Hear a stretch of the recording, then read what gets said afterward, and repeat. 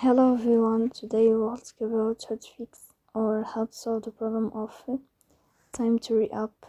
You will click on settings,